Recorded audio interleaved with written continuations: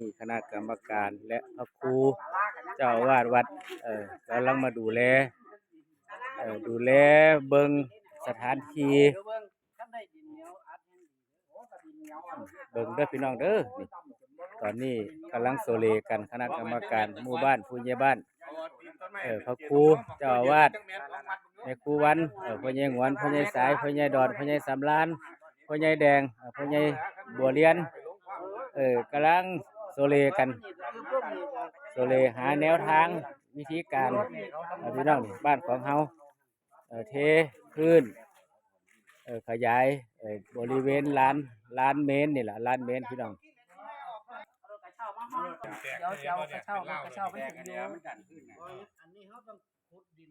ตอนนี้กำลังปรึกษาหารือกันโซเลกันพระครูก็จะเมตตาเท่าไหร่นะคะเพราะว่าเผื่อคนอื่นมาอีกอยู่ในวันโซนแต่เขากอ3คนละไม่พูดยังโซเลกันโซเลกันสำหรับพี่น้องเด้อลูกหลานบ้านของเฮาบอกพี่บอกน้องอันนี้เป็นเงินของพี่ของน้องทุกผู้ทุกคนที่เพิ่นร่วมบริจาคเทพื้น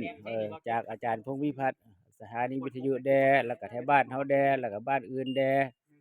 จะมาร่วมกันคนละเล็กคนละน้อยคนละ100 200คนละ1,000 2,000ก็มี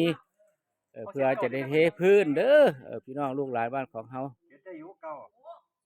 เมนเฮาก็แล้วเตาเผาผีเฮาแล้วละหลังคาก็มีละเฮ็ดแล้วละบัดนี้ก็สิแม่นเทพื้นนี่ละเทพื้นบอกลูกบอกหลานให้รับทราบเฮ็ดอีหลีทำอีหลีเพื่อบ้านของเฮาชุมชนของเฮาเพื่อวัดของเฮานี่ละลูกหลานอยู่ใกล้อยู่ไกลอยู่ไสก็แล้วแต่ให้รับทราบอยู่ไสก็พัฒนาหันเนาะพี่น้องเด้อบ้านของเฮาทุกผู้ทุกคนรับทราบน้ำกันเห็นคลิปนี้แล้วก็อย่าลืมอันนี้มื้อนี้มาเตรียมการหลังจากไปรับเอาหีบศพโลงศพมาไว้เก็บไว้เพื่อชุมชนเพื่อบ้านของเฮาเพื่อสาธารณะชุมชนมื้อนี้ก็เลยมาโซเลมาปรึกษาหารือมาคุยกันเรื่องจะเทพื้นออกพรรษาละวันนี้ก็รอจะหามือ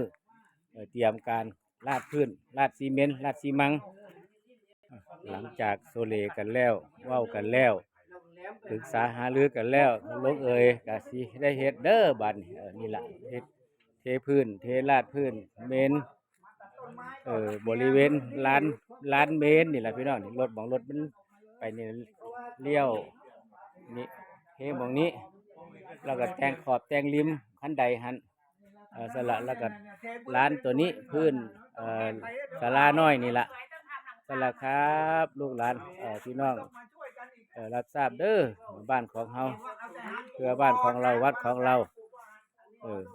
เบิ่งกันแย่งกันไปตามอัตภาพอยู่ดีมีแห้งสุขภาพแข็งแรงทุกคน